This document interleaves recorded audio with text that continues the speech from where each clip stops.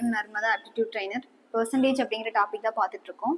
பர்சன்டேஜில் based on marks அப்படிங்கிறத பற்றி பார்க்க போகிறோம். இந்த டாபிக் பார்த்துட்டிங்கன்னா பேங்கிங், எஸ்எஸ்சி, ஆர்ஆர்பி, டிஎன்பிசி இது எல்லாத்துலேயுமே வரும். ஃபர்ஸ்ட் கொஸ்டின் பாருங்கள். In an examination there were 1000 boys and 1000 girls, 60% of the boys and 50% of the girls passed. Find the percentage of the candidates failed அப்படின்னு கேட்டிருக்காங்க. தமிழில் பார்த்தீங்கன்னா ஒரு தேர்வில் 1000 மாணவர்களும் 1000 மாணவிகளும் கலந்து கொண்டனர். 60% மாணவர்களும் 50% மாணவிகளும் தேர்ச்சி பெற்றனர். தேர்வில் தோல்வி அடைந்த மாணவ மாணவிகளின் சதவீதம் காண்க அப்படின்னு சொல்லியிருக்காங்க. அப்படி பார்த்தீங்கன்னா எப்போவுமே இந்த இடத்துல மார்க்ஸை பேஸ் பண்ணி கொஷின் வருது அப்படின்னாவே டோட்டல் மார்க்ஸ் எப்பவுமே 100% அப்படின்னு வச்சுப்போம். இதில் பார்த்தீங்கன்னா பாய்ஸில் மொத்தம் 1000 மெம்பர்ஸ் இருக்காங்க, கேர்ள்ஸ்லேயும் 1000 மெம்பர்ஸ் இருக்காங்க. அதில் பார்த்தீங்கன்னா நம்ம கேர்ள்ஸ் வந்து 60% ஆஃப் த கேர்ள்ஸ் வந்து பாஸ் ஆகிருக்காங்க. பாஸ் தான் கொடுத்துருக்காங்க, ஆனால் கேட்குறது என்னமோ ஃபெயில் கேட்குறாங்க. இப்போ பாஸ் ஆனவங்களுக்கு ஃபஸ்ட்டு எடுத்துப்போம். எத்தனை பேர் பாஸ் ஆகிருக்காங்கன்னா பாய்ஸில் 60% பாஸ் ஆகிருக்காங்க, கேர்ள்ஸில் வந்து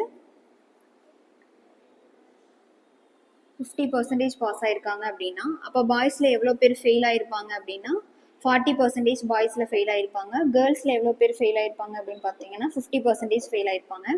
அப்போ கேர்ள்ஸில் வந்து 50% பாஸ்னா 50% ஃபெயில், பாய்ஸ்லேயும் 40%. அப்போ இந்த பர்சன்டேஜ் கண்டுபிடிச்சலாமா? நமக்கு டோட்டல் வேல்யூ 1000 அப்படின்னு தெரியும். அப்போ 1000ல் 40% எவ்வளோவா இருக்கும்? 400 இருக்குங்களா? அதே மாதிரி 1000ல் 50% என்னவா இருந்திருக்கும்? 500 இருந்திருக்குங்களா? இந்த ரெண்டு தான் ஃபெயில் ஆனவங்களோட எண்ணிக்கை. அதாவது பாய்ஸில் ஃபெயில் ஆனவங்க 400 பேர், கேர்ள்ஸில் ஃபெயில் ஆனவங்க 500 பேர். அவங்க கேட்குறது என்ன? கேண்டிடேட்ஸ் எத்தனை பேர் கேண்டிடேட்ஸ் ஃபெயில் ஆயிருக்காங்க, அதாவது மாணவிகளோட சதவீதம் தான் கேட்டிருக்காங்க. அப்போ 2 பேர்த்தோட சேர்த்து கேட்டிருக்காங்க. அப்படிங்கும்போது இந்த 400 + 500 ஈக்குவல் டு 900. அப்போ 900 மெம்பர்ஸ் வந்து ஃபெயில் ஆயிருக்காங்க. டோட்டல் மெம்பர்ஸுக்கு தான், ஏன்னா டோட்டல் மெம்பர்ஸ் கேட்டதால அப்போ டோட்டல் மெம்பர்ஸ்க்கு ஈக்குவல் பண்ணணும். இப்போ 900 பை டோட்டல் மெம்பர்ஸ் பார்த்தீங்கன்னா இங்கே 1000 இங்கே 1000னா 2000 இன்டூ 100 அப்படின்னு போடுவோமா பர்சன்டேஜ் கண்டுபிடிக்கிறதுக்கு. இப்போ இன்டூ 100 அப்படின்னு போட்டுக்கோங்க. நீ இதை சால்வ் பண்ணணும்னா நமக்கு ஆன்சர் கிடச்சிடும். 0 0 கேன்சல் பண்ணிக்கோங்க, 0 0 கேன்சல் பண்ணிக்கோங்க, இந்த 0 இந்த 0 கேன்சல் பண்ணிக்கலாம். இப்போ 1 2s are 2, 45 2s are 90. இப்போ 45% தான் ஆன்சர். அதாவது 45% மாணவ மாணவிகள் வந்து என்ன ஆயிருப்பாங்க அப்படிங்கிறதுனா ஃபெயில் ஆயிருப்பாங்க. அப்படிங்கிறதோட டோட்டல் சதவீதம் என்னன்னா 45%. இங்கே டோட்டல் கேட்டிருந்தாங்க அப்படின்னா 2 பேர்த்தோட சதவீதத்தை கண்டுபிடிச்சி டோட்டல் பண்ணி அந்த டோட்டல் வேல்யூலேருந்து எவ்வளோ பேர் ஃபெயில் ஆயிருக்காங்க அப்படிங்கிறத பர்சன்டேஜ் கண்டுபிடிக்கணும்னா இன்டூ 100 போடணும். இப்போ 45% பேர் வந்து ஃபெயில் ஆயிருப்பாங்க அப்படிங்கிற மீனிங். செகண்ட் கொஸ்டின் பார்த்தீங்கன்னா, எ student has to obtained 34% of the total marks to pass.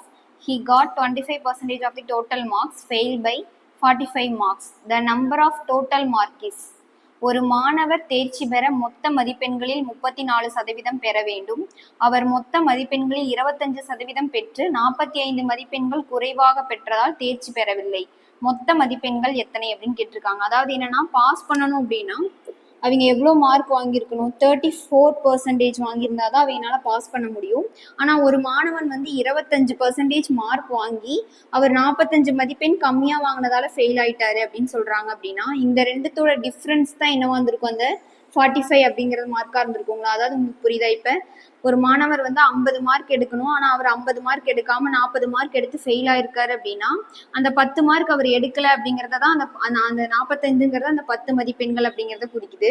அப்போ இந்த இடத்துல பார்த்தீங்கன்னா 34% எடுத்தால் தான் பாஸ் அப்படிங்கும்போது 25% தான் அவர் வாங்கியிருக்காரு அப்படின்னா இந்த ரெண்டையும் சப்ராக்ட் பண்ணுற விஷயம் தான் அந்த 45 மதிப்பெண் டிஃப்ரென்ஸாக இருக்கும் அப்படின்னு அர்த்தம். இப்போ இதோட டிஃப்ரென்ஸ் என்ன வரும்னா 8% அப்படின்னு வரும். இப்போ இந்த 8% அப்படிங்கிற டிஃப்ரென்ஸ் தான் 9%. 25 - 34 அப்படின்னா 9% கிடைக்குங்களா? அப்போ 9% தான் 45 அப்படின்னா அவங்க என்ன கேட்குறாங்க? மொத்த மதிப்பெண்கள்னு கேட்குறாங்க. அப்போ மொத்த மதிப்பெண்கள் அப்படின்னாவே 100%. டோட்டல் வேல்யூவை எப்பவுமே 100 வச்சுப்பீங்களா? ஸோ 100% என்ன அப்படிங்கிறத கண்டுபிடிக்கணும். இந்த மாதிரி ஈக்குவேஷனை ஃபார்ம் பண்ணிட்டோம் அப்படின்னாவே இதுலேருந்து நம்ம சால்வ் பண்ணுறது ரொம்ப ஈஸி.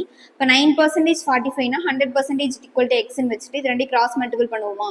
கிராஸ் மல்டிபிள் பண்ணுறதுக்கு முன்னாடி ஏதாவது கேன்சல் ஆகிற மாதிரி இருந்தால் cancel பண்ணிப்போமா? 1 9s are 9, 5 9s are 45.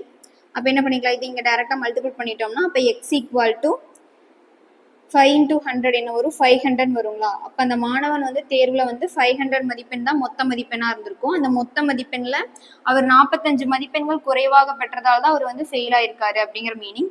இப்போ டோட்டல் மதிப்பெண் பார்த்தீங்கன்னா 500. இந்த மாதிரி மோர் வீடியோஸ் வேணும் அப்படின்னா விஸ்டா அகாடமியை ஃபாலோ பண்ணுங்கள். தேங்க்யூ.